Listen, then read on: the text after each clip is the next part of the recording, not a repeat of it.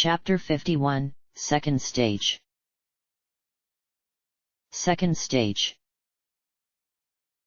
The air pressed about her ears in a constant roar and, somewhere in her memory, a young girl, breathless and barefoot, the sand drying on her thin legs, listened with utmost delight to the muted roar of the sea within that horny pink whirl, an echo of the waves that crashed up the beach but a few yards away. But yielding sand was not beneath Fritha now, her shoulders aching where two bone blades bore the brunt of her weight against the smooth, checkered tiles. Above, the green sky boiled as it always did, winds tearing through her hair with turbulent fingers, as Jahara had done when she had been upset, the girl curling with her head in the woman's lap, like a child coming to find forgiveness after a scolding. There was a body next to hers in that wasteland, but not laid out as she was, and Saravik's presence provided little shelter against the cold that crept under her clothes like the insistent hands of a lover, and she should know. Camped out in the swamps west of Trade Meet, it had been so bitterly cold. Only days later Nalia had finally admitted that life was not for her, and the morning had found her ill-rested and miserable. Fritha had pulled her close, clinging on despite the inevitable, and she had barely flinched as Nalia had placed those icy hands on her stomach, the girl's face buried in her neck, all warm breath and cold nose. "You do not wish to talk, sister?" "What about?" Fritha murmured, wondering if he could even hear her over the howling winds. Saravik did though, and her words inspired quite the tempest of their own, the girl feeling the tremor of outrage all through the body next to her. "About your quest. The reason for all you strive." "I've nothing new to report." "And when did that ever stop you?" He huffed, and she felt him pause, his tone almost cajoling as he pressed, "You do not want to know more of my past? Or perhaps my thoughts on your progress? The outcome of this war? The clouds?" "No." "Then, why?" "Saravik," she sighed, both impatient and piteous, "I just want to rest." That silenced him for a time, and for a while, she could lose herself in the dark red clouds behind her eyelids. Her heart was keeping a slow, heavy thud, the building apprehension tingling through her body as it had ever since they had reached the storm mantles. No, none of that, she had retreated there to escape the torment of it, and in the darkness of her mind she was back on the flies of her theater. The stage was bright below them, the girl sat in the shadows above with Herr Dallas, skin alive with his nearness and heart thundering with feelings she was not quite ready to admit. She had delayed too long in the end though, and Ari had taken him, only for the elf to lose him herself and find him again on better terms. They were stronger for it, wherever they were now, Fritha wished them well. A sigh pulled her back to the present. Saravik's limited patience had been exhausted, at last. "Where are you?" he asked bluntly, not bothering to clarify whether he was speaking of her material self. "On the Svgird Pass, traveling through the storm mantles to Watcher's Keep. Melissan was there last." She added at the curious frown, "We think." "And Balthazar?" She shrugged where she lay and succeeded in rucking her tunic up to expose a good half-foot of her lower back to the cold air. "The others are preparing for him, at least, I hope they are." "So you plan to confront Melissan at the keep?" "I doubt she'll still be there," Fritha sighed, struggling to right her tunic and, in the end, giving up to sit as he was. "But if she ever was, there will have been a reason for it, I want to know why." "So you are chasing after speculation when you should be hunting your enemy," concluded Saravik, that temper rising once more as he slammed a balled fist into the opposing palm. "You must get to Balthazar, take his life and Melissan will find me and what?" Fritha demanded, not waiting for the answer she knew neither of them had. "Because the closer I get to this, the more it becomes glaring apparent I don't have a clue what to do. If I kill Melisande, will I just become Ball, just like that? Will I be stood there in some field with people around me, all soaked and panting from battle, and just explode into him? Will there be some struggle in me I must prepare for at that instant of Melisande's death? Or do I have to kill her and then reach the throne? And will I have to seize the power there? Will I get a chance to take a breath, say goodbye, and accept it, or will the power grab me as soon as I reach it? And if I must reach the throne, does that mean I am giving something else the chance to take the power while I'm discovering how to get there? Who? Saravik scoffed, though it could not hide the tremor to his voice. There will be no one left with the means. The fear lashed out from her heart like a whip crack. Don't be a fool. A god other than Baal could easily take it, as could some demon prince, or any other denizen of the plains, good or ill, who is powerful enough. For all I know, there is a whole multiverse watching my efforts, and rubbing their hands together like a Sembian moneylender. The gods would not allow it, announced Saravik with too much certainty. Fritha laughed, learning that he was as frightened of what was to come as she was, made her feel strangely braver. A belief, brother, or a hope? I suppose you are in an even worse position than me. I become Baal, you're back in the abyss. Melisande becomes Baal, you're back to the abyss. Melisande becomes a god, you're back in the abyss. I become a god. She paused, and even the raging winds seemed to lull in the tension that followed, Saravik hanging on her every breath. Fritha snorted and reclined back to rest her head upon her hands once more. Well, I suppose we'll just have to wait and see.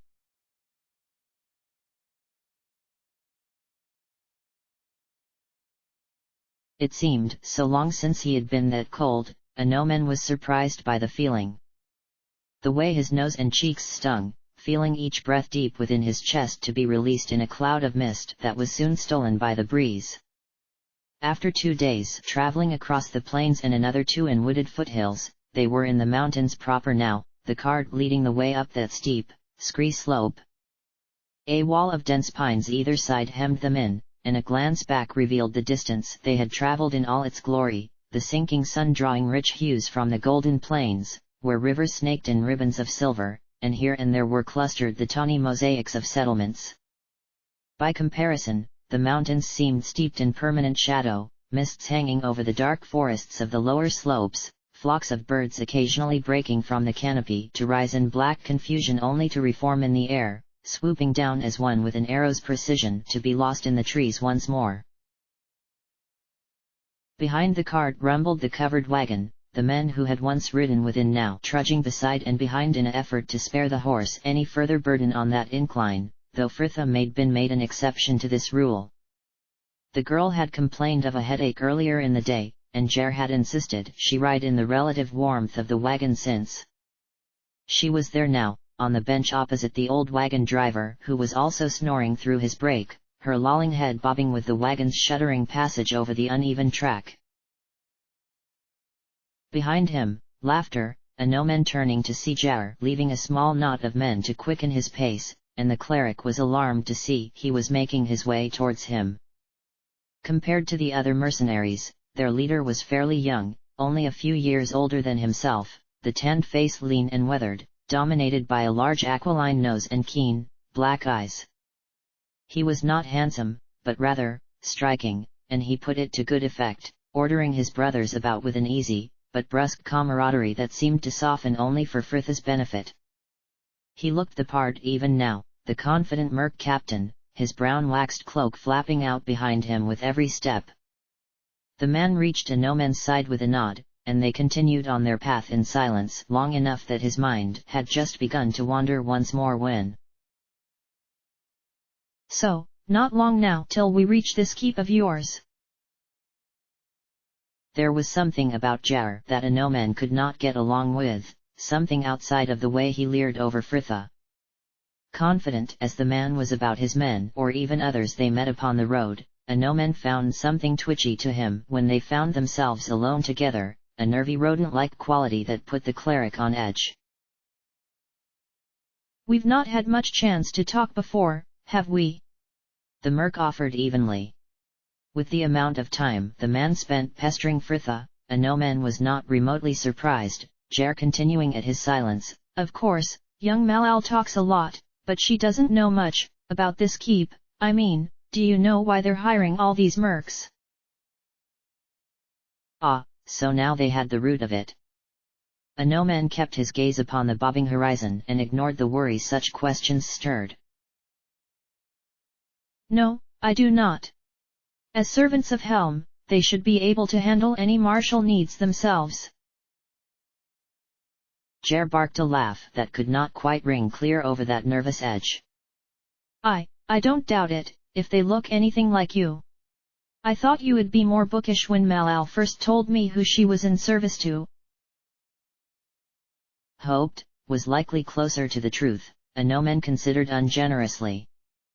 At his side, Jer was oblivious, the smile lingering as he mused, "Still, you Helmites must be hot-blooded men enough, hiring pretty little things like that to serve you." A no-man chose to ignore the nod to Fritha, who was still dozing in the back of the wagon, her wealth of bright copper hair loosed in the cold and spilling over the blanket she had wrapped about her shoulders. "A follower of Helm should be able to defend himself and others," rumbled the cleric coolly. "I am surprised the Watchers have requested outside aid, though I am more staggered by the fact you have allowed us passage with your group without any speak of remuneration." Jer shrugged, a twitch quirking his crooked beak of a nose. "Some of the lads asked me same, but I see it this way, we're not the first group of mercs to respond to this summons. If we're competing for a job, it'll look better for us if we pitch up with some brother of their faith and his servant. And here I had been thinking it mere altruism on your part." A burst of loud and surprisingly genuine laughter, Jer grinning. "You know, you're all right, for a cleric." "Here, Jer!" came the shout from somewhere before the wagon, and the men parted with a nod, the lean figure pulling away with easy strides to address whatever problem required him at their head, a no-man unable to help a smile as a particularly violent jolt stirred Fritha from her sleep. She seemed for a moment disorientated, the girl physically relaxing when she found him just a few paces from the wagon mouth.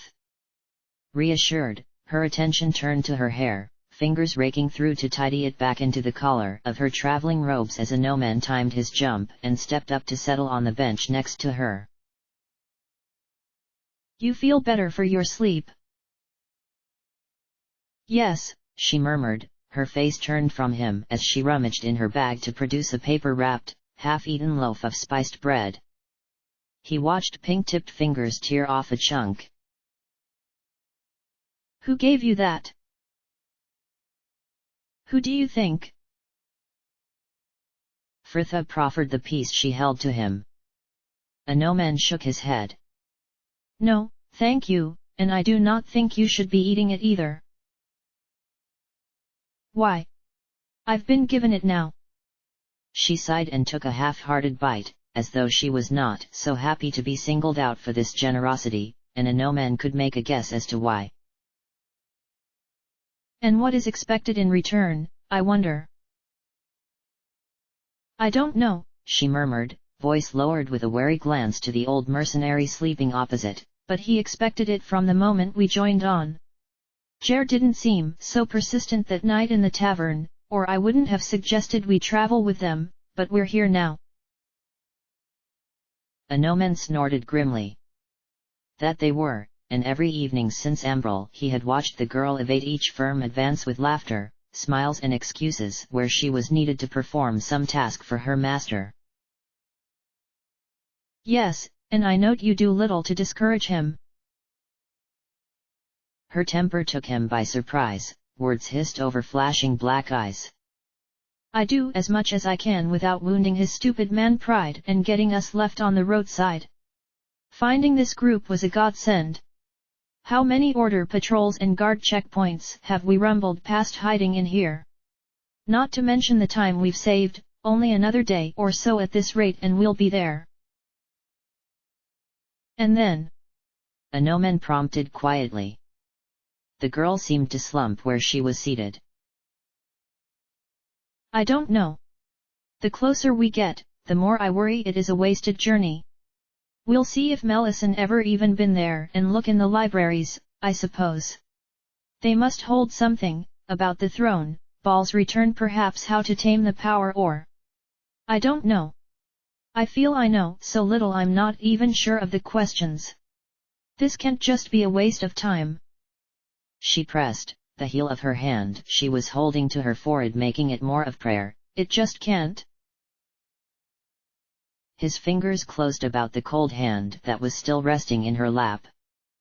I know it sounds empty, Fritha, but please don't worry, we must just keep faith. The girl snorted, but did not pull away, her gaze moving past him to the wagon mouth where the wide gravel path snaked down to be lost in those rolling valleys of pine trees, the dark spears of an army that thrust upwards into acres of faded blue sky. Only another day and we'll be there. I've never wanted anything so much and been so scared of it, not since those few days on ship before we docked at Brynlaw, waiting to see if Imoen was even alive after all the efforts we made to reach her. Fritha started back to him, perhaps recalling his presence then, too, that pale face marred with a determined frown as her hand tightened about his own. You are a good friend, Anomen.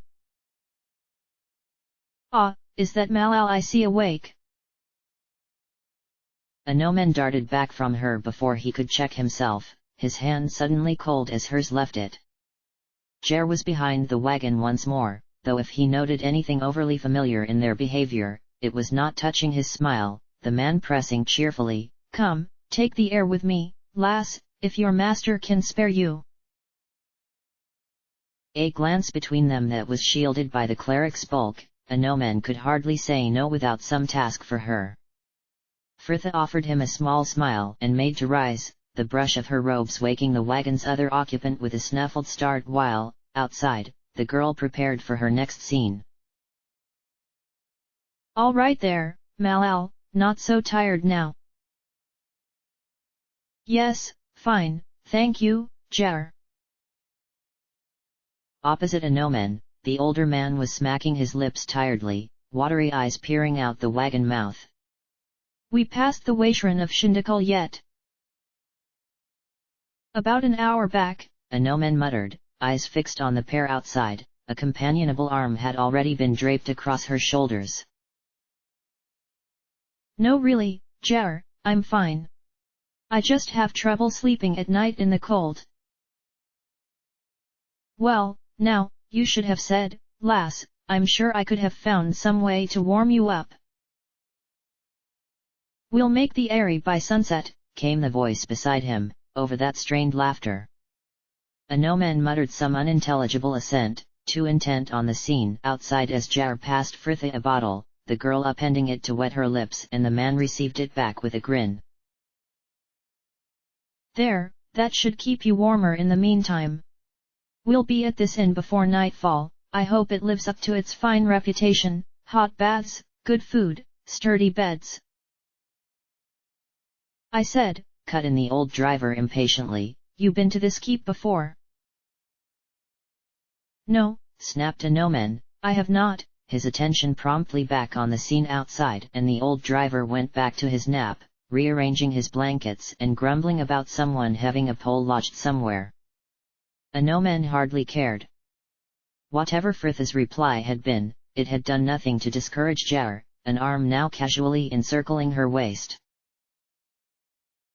Anomen glowered at the pair, another few moments to allow her to take the air and he'd enact the only rescue he could. The girl called back to the wagon to darn a particularly worn pair of his socks.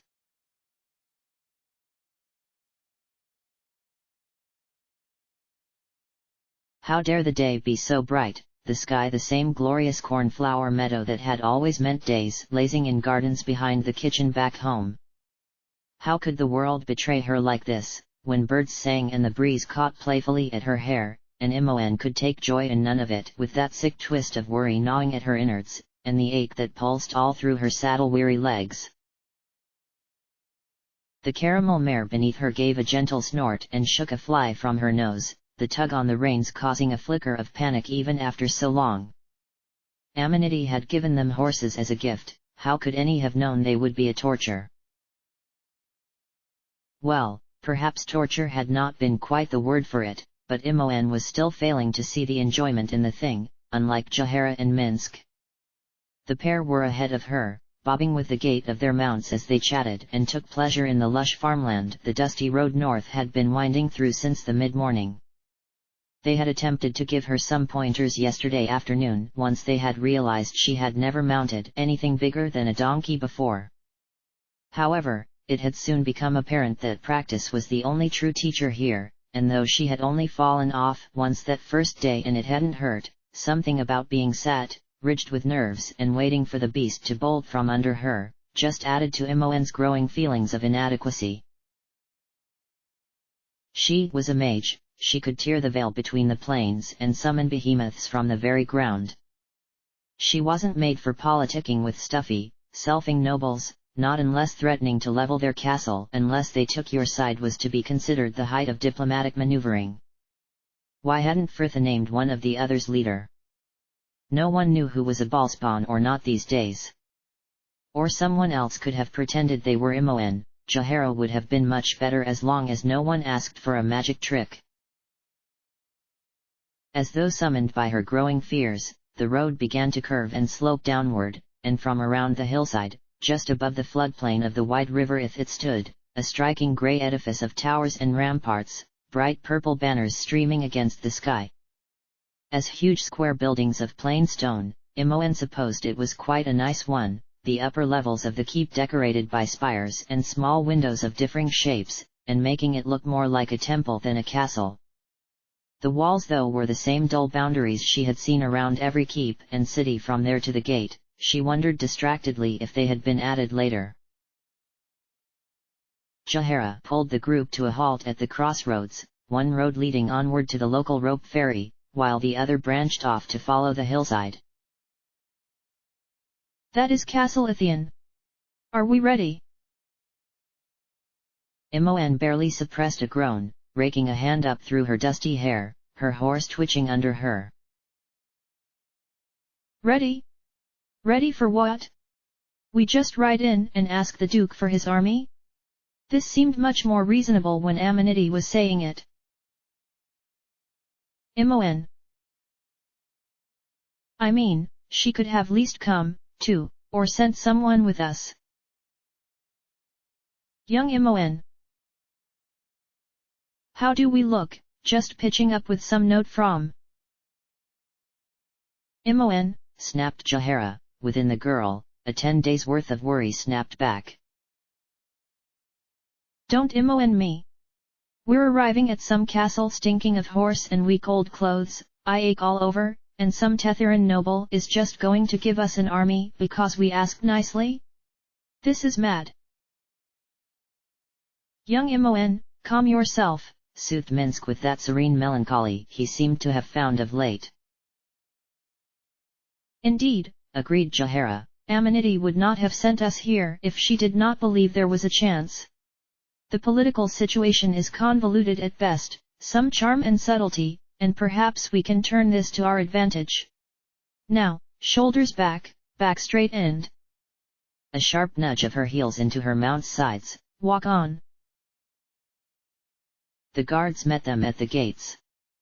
One look at Amanity's seal and they summoned the captain, who, at the main doors, summoned the steward. Their group passed from man to man, each wearing the same fixed frown. Whatever the silver chalice meant for Tethur, it clearly meant trouble for them. Down lamplit, stone corridors they were led, their rattled passage muted by the thick carpets and drapes furnished to diminish both the echo and the chill, hangings and tapestries broken here and there by some statue or fresco painted straight onto the plastered walls. The steward halted before a large pair of embossed wooden doors. The lattice pattern put Imoen in mind of prison bars. She did not appreciate the comparison. Wait here. He left the doors ajar as he swept inside, and the gap gave her a view of the large hall beyond, the stone floor and walls covered in the usual rugs and hangings, through seemingly for decoration this time by the huge fireplace that yawned like a fiery gate to the hells on the rightmost wall. A mismatched gathering of men were standing and seated about it, though two groupings first caught her eye. On one side, two Kalamshite men were sitting together on a bench, merchant princes by their silk kurtas and the arrangement of guards that hovered just behind. Opposite them, a corpulent, grey-haired man looked to be the most important of the Tathirans assembled. He was lounging in an overstuffed armchair, a man of wealth by his clothes and station by his mien, a tall, dark-haired gentleman who was less richly dressed leaning on the backrest and making sure to keep the man's wine cup filled. Closer to the fire, a more martial young man was sitting, scabbard across his knees.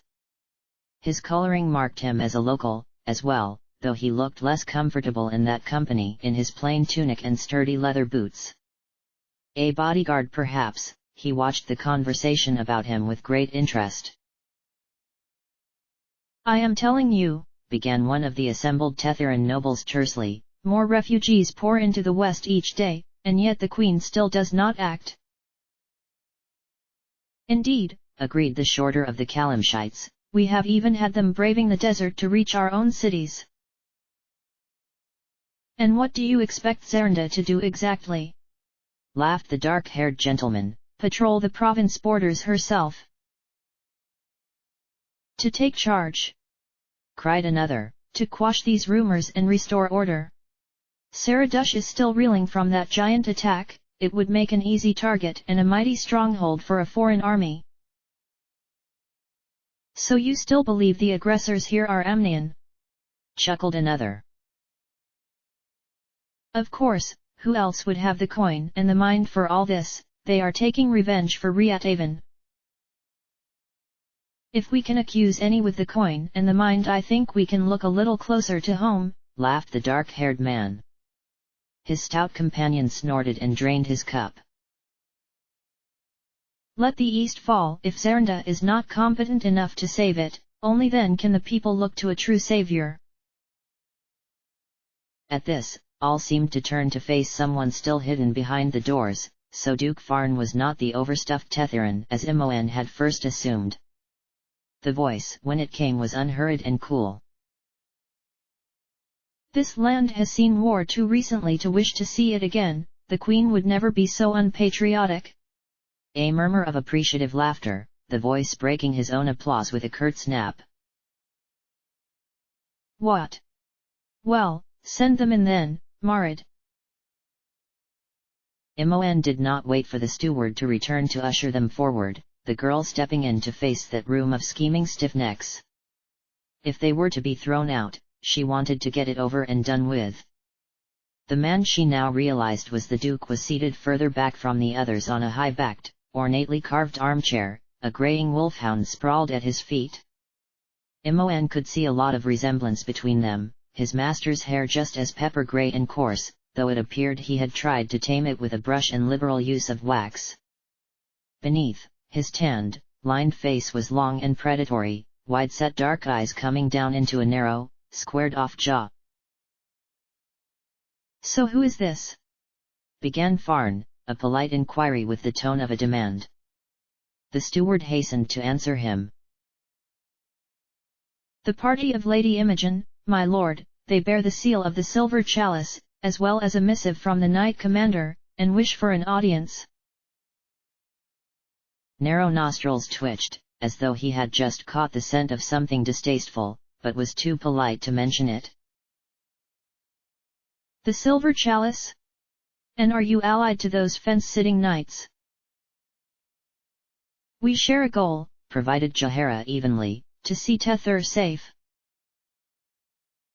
"That is as much as anyone here," offered the dark-haired gentleman. "It is merely the difference in how that divides us, dear lady." The Kalamshites were muttering amongst themselves, the taller of the pair turning to them with a broad smile. "As you can see, the Duke Farn already has all the assistance he may need, or perhaps it is you who comes to beg for aid." "Yes." Imoen could feel her face growing hot. You are foreigners, added the fat lord. Why should you care what happens to Tethur? Why shouldn't I? Look!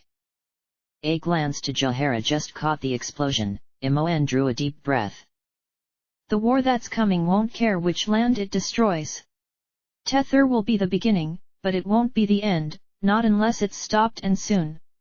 I've a letter here from Knight Commander Amenity to vouch for me. She continued, turning back to the Farn. Please, can we speak in private? My lord, cried the shorter Kalimshite, you would put yourself in such danger? At least take a few of my guards. That will not be necessary, your highness, Tybal will accompany me. Your associates, he added to Imoen, will remain here. This raised protests from both sides. But, my lord, I am sure I can handle one girl. Farn chuckled amiably over them. Stay, Harant, good dog. Imoen was too worried to take amusement in his misconception.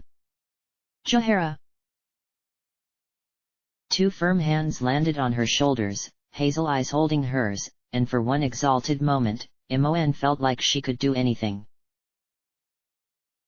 Just keep your temper and you will be fine. Remember, we all believe in you. Then the hands left her and the tanned, proud face was gone, and Imoen was quite alone as she followed Farn and his guard through the doorway behind. The room was small, the same width as the hall though much less deep and used as an office judging by the furniture. The walls were lined with rosewood bookshelves which glimmered in the light of the small fire that licked below the ornately scrolling mantelpiece. Farn had moved behind the desk at the opposite end, his guard taking up position before the door. Imoen wondered briefly if he meant to intimidate her, but it seemed Farn did not even think her presence worth that. The girl not spared a glance as he dropped promptly into his seat. The letter knife flashed in the dim light and the wax was broken with a snap and an impatient sigh. They were an inconvenience, something to be indulged and dismissed, and with such alacrity she was not even to be offered a seat. Imoen swallowed the building anger as she watched dark eyes flick back and forth over the paper. She was gaining an increased sympathy for Fritha's recent outbursts, if this was what it had been like. Either Amenity's note had been very short or Farn read quickly, his old face dropping slack as distracted fingers folded the parchment back along the creases and placed the letter on the desk before him. Tybal, you are dismissed. The guard bowed and left without a word. Farn seemed to realize all at once he had not offered her a seat. Please. He gestured to the chair next to her. Imoen lowered herself down with a wince that Farn did not register, his eyes like black stones in the half-light. You are Imoen, the Ballspawn mage who saved Saradush. Yeah, yes. I am. She corrected, laying her hands politely in her lap. What else did Amenity tell you? Farn sighed, pinching the bridge of his nose to ease back in his chair. Only that you are a neutral party in this, allied to neither the Order nor the Queen, and that you bring news from the East. All true, and I came here for your help. You have heard of the Five. An alliance of evil Ballspawn set to killing all the rest. He nodded slowly. So they exist, there were, and I suppose still will be, doubts among some here.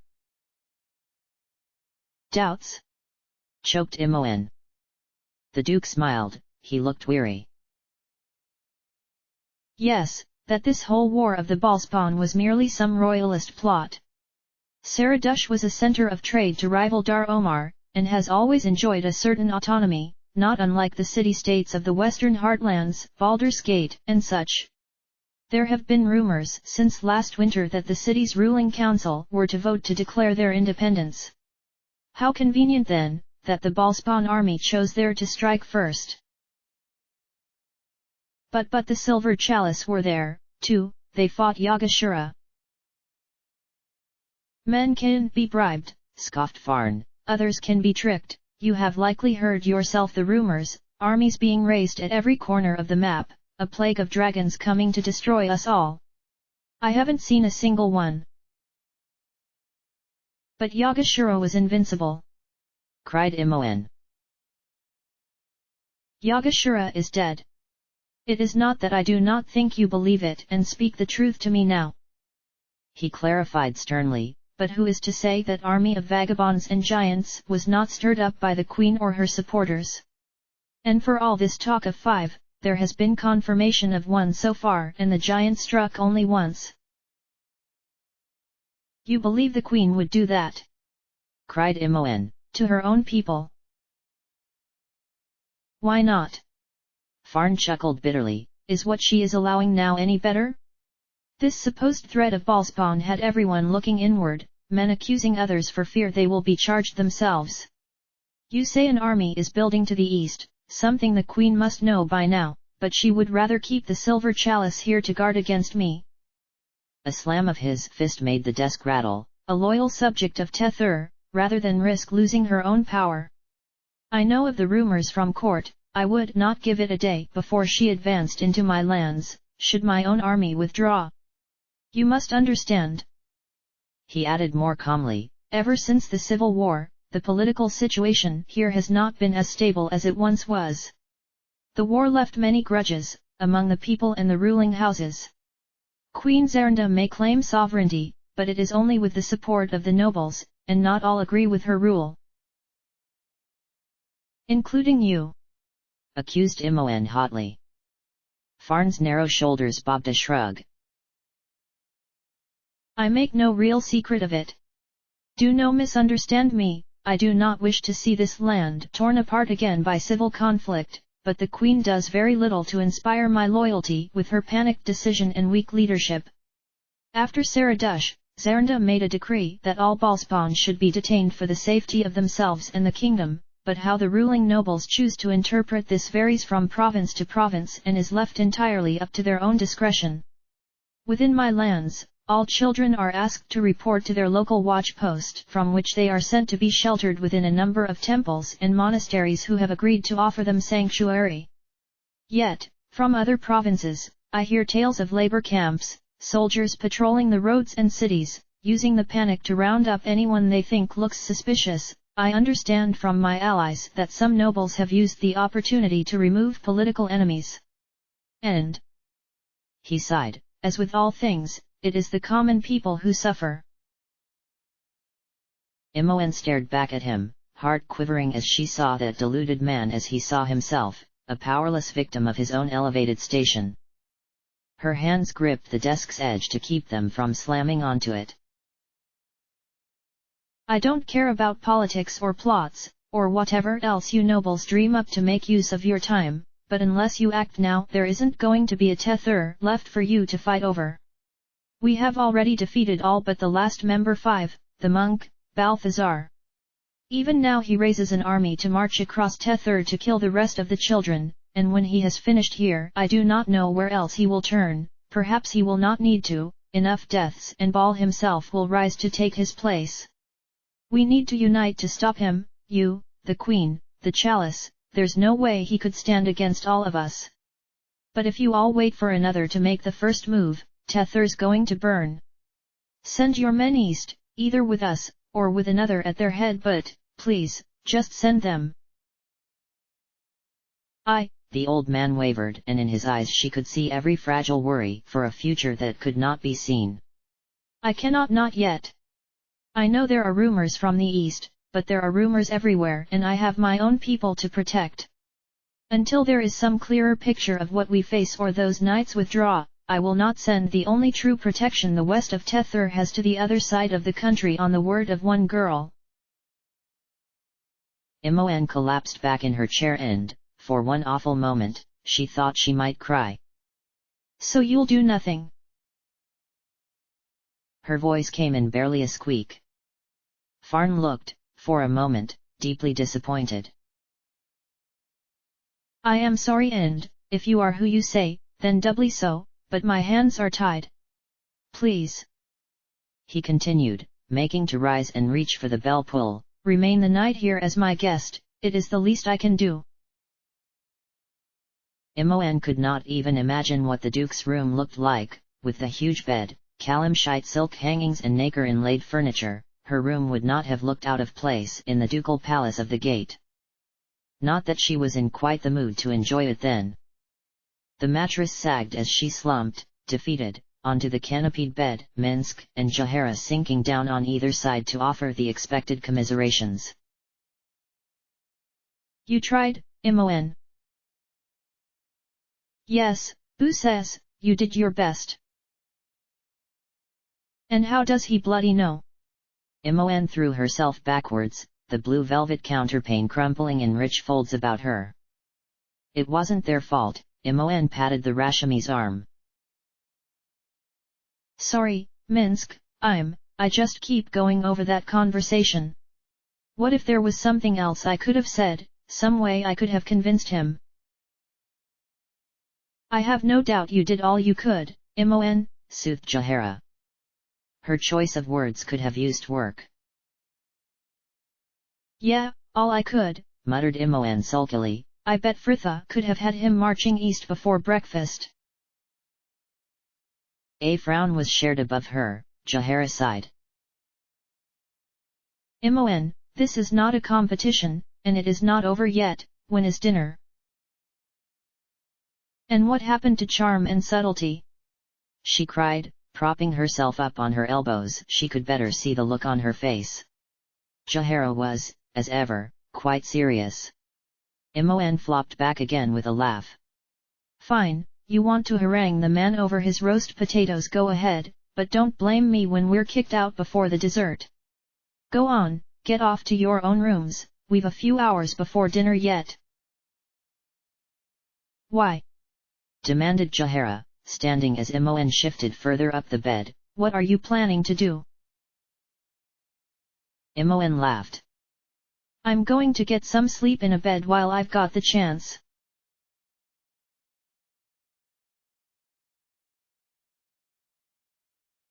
They reached the inn in premature twilight, the dark grey peaks that loomed to the west rising like jagged teeth that sheared clear of the forests, haloed in lucent glory from the setting sun behind.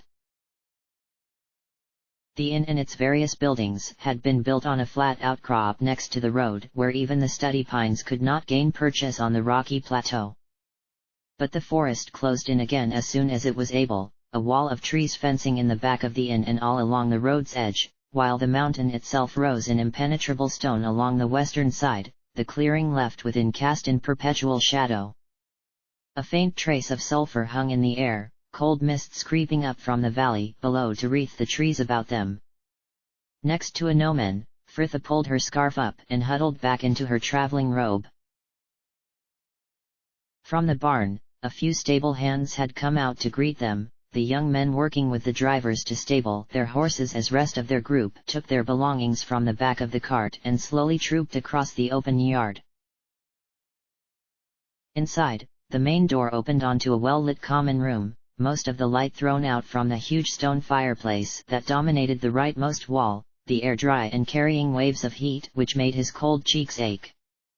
Around the room, a handful of patrons were scattered across the tables, all travelers by their look who had been heading over the mountains and likely the inn's usual custom, though the stout Tetheran man who was feeding the fire did not seem surprised as their more martial company entered, firelight glinting on his bald crown as he straightened to welcome them in. Welcome to the Eyrie, friends, the highest inn on the Stormantle crossing. Another troop of mercs, is it?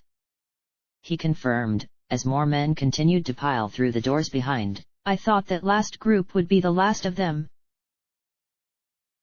There have been more then, recently. Came Jar with a frown. Oh, I'd say. I've never had so good a season before. What with this talk of war driving people west and all your sorts heading up to the keep. Do you know why they have put out the call for men? Asked a gnomon, but the man merely shrugged, such matters outside his direct concern. Couldn't say, sir, but they must be building quite the army up there, we've not had one group stop in on the return trip. Still, I suppose them Helmites could be sending them onward, down the seaward pass towards the coast, plenty over that way to keep them busy. Yes, muttered a Nomen, but doing what? Well, I surely couldn't guess, the innkeep dismissed easily. Now, how many rooms will it be? Ger had his answer, a Nomen quickly ordering a room for himself and Fritha before the captain could act on the false chivalry of getting her a room to herself, somewhere easily accessible. The innkeep was nodding. A younger man and woman of the same coloring already appeared behind to show them to their berths. Now, half of you go with Ajay, you can take the open dormitory on the first floor. The rest, you as well, sir. He added with a nod to a Nomen, can follow Gemma. She'll take you up to the second floor rooms. If any is hungry, you can order a meal at the counter, along with tokens for the baths. Baths! exclaimed Fritha. There's a bathhouse? Here. The innkeep chuckled. There's a reason we're still the most popular stop on this range. Hot springs flow right under this spot. Why the baths in the basement were the first thing my great-great-grandfather built. This place just gets better and better, laughed Jar with a decided lewd smile to the girl before him. Fritha could not even make the pretense of a blush in her eagerness to get down there, the maid, Gemma, nodding to the pack that was resting by a Nomen's feet. Would you like any help with your bag, sir? Fritha beat her to it. That's what he has me for. Why keep a dog and bark yourself? She laughed, throwing her pack over her shoulder and grabbing up a Nomen's to make for the stairs. Lead the way then, I'll take these to our room, sir, then if you have no further need of me. A Nomen stepped out of his trousers and moved, naked, to the washstand, where a bowl of tepid water awaited one brave enough to face it. He could have been downstairs now, where steam hung in the air in a delicate veil and intoxicating heat seduced every limb. But he imagined the rest of their ignoble company would have been tempted down there similarly, and no bath could be glorious enough in the face of making small talk with them, so there he was. That first splash of water was not cold enough to steal his breath, but it set his skin bristling in protest all the same, and he scrubbed the washcloth over his torso and down each limb with hurried hands. At least their room was pleasant, with a small fire set burning in the grate by the maid who had shown them to it. The two beds were opposite, a dresser on one side of the fireplace, while the washstand stood on the other beside a small window which overlooked the gravel yard and, beyond that, the darkly verdant valleys north. His wash finished, he moved over to the dresser where he had laid fresh clothes, his reflection coming washed out and freckled in the old mirror. His beard needed a trim, but that could be a task for the morning, and he was just stepping into a clean pair of shorts at the sound of the door. He whipped them over his hips, Fritha breezing in with hair dripping down her back and wearing only her blue traveling robe from the way she was holding it firmly closed with both hands. Fritha! He scolded, pulling on his breeches to haul a tunic roughly over his head. You could at least knock. Why? She laughed, supremely unconcerned as she gathered the pile of clothes from her bed and headed behind the screen. You're not hiding anything I haven't seen before. I did not realize you and Solafane had dispensed with your modesty. Not Solafane, she giggled, you. When you were killed by the vampires and we took your body back to Imn's Vale, Jahara, Ari and I had to wash you, anoint you. Really, as though I care, he scoffed, the heat building in his face. He cared. And Fritha could likely tell, too, from the way that smile was playing at her mouth, the girl peering around the screen to eye him appraisingly. I can even things up, if you like. Do you want to see me? No, he snapped. Fritha laughed richly and ducked back behind the screen. How rude, I'm quite offended. Oh, bother, here, pass me my red tunic will you, I left it in my bag. Frowning, A Nomen rooted through the layers of clothes, unearthing treasures as he dug. The leather-bound journal, her rope of jade beads and the dull blue gem hair Dallas had once used to summon a planar conduit. So the tiefling had made a gift of it to her, it figured. He folded the crimson fruit of his search over the top of the screen. An instant later, and it was whipped from sight. You could not have dressed down there, he continued, making to repack the chaos of her bag. No, I hate struggling to pull clothes on when you're still all damp. Trying to keep your stockinged feet from the wet floor unless they get all soggy, yuck. Still, I am surprised you walked all the way up from the basement in just your robe, especially with who we know is about. So? It's not like it matters. She sighed, at last stepping from behind the screen in her burnt orange trousers and dark red tunic, the gold of the oak leaves she had embroidered around the collar glinting in the lamplight. It had been a while she had gone to such trouble, the acknowledgement of it made a Nomen sad in a way he could not describe. Her comb was laid ready upon the dresser, the girl taking a seat there before the mirror to begin brushing out that tangled mop of damp hair. A Nomen sank onto the bed behind with a sigh. It does matter. These things you dance about, Fritha, they do matter, and you pretending they do not, will not make the other things that matter any less. But the girl shook her head, the comb still in her hand, her eyes fixed unseeing on her own image. No, it doesn't matter. None of it matters. Nothing ever did. Then why are you bothering with all this? He burst out angrily. Fighting the five, hunting Melisande. In the mirror, he watched her pause, a look of contemplation in her grainy-grayed reflection. Just because I know it doesn't matter, doesn't mean the rest of you believe it. And perhaps that vain hope is worth preserving. She smiled suddenly, slight and faintly downcast. Your chest has healed well. I meant to say the other day. My chest. Unconsciously raising a hand to hover over his sternum. Where I stabbed you, when you were a vampire, she clarified, resuming her combing once more. Your abduction, our fight in the catacombs only to find we were too late, and then that mad dash to the ruined temple, it was all so torturous at the time.